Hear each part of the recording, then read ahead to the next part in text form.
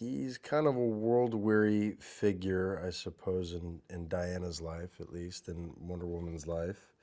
And he's seen a lot and seen the ravages of the First World War. Not much is given in terms of his backstory, but you can tell that um, he's just seen a fair bit of pain. Sometimes in films with the group, let's say surrounding the protagonist, they're not always kind of fully fleshed out. You don't really understand why they're there. They may have some funny quips, but they don't really do much of anything. And these guys, us, each one of us has a different prism through which they see the world, and they all really complement our lead in Diana so beautifully, I think, and they're all so well rounded. They're all such great actors.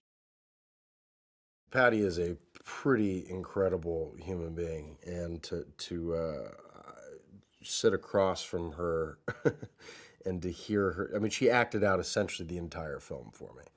I'm over the course of 2 hours at lunch, acted out the entire film, and she is so passionate, and she is so specific, and she's so articulate.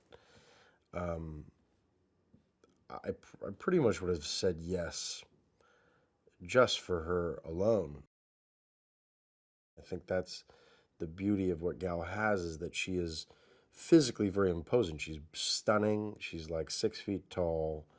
She's super strong, kind of emotionally, and her presence is very captivating. But she also, at the same time, has this beautiful um, spirit to her that's very, and I know she hates me saying this, but it's like, it's not childlike, but it's very open and warm and inviting, and um, she's got a wonderful maternal quality to her, and a deep kind of love for the world, and that is very much this kind of juxtaposition of Diana and Wonder Woman in this film.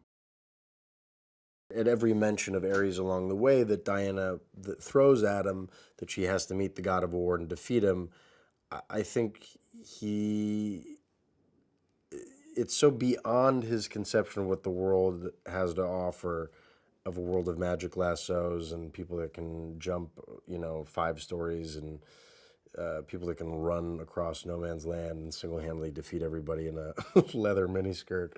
That I think that the idea of the God of War is just that much farther out there, and he just throws it aside and says, "You obviously can kick some major ass. Please help me do that, and then we can figure out this obsession you have with this, this God of War character."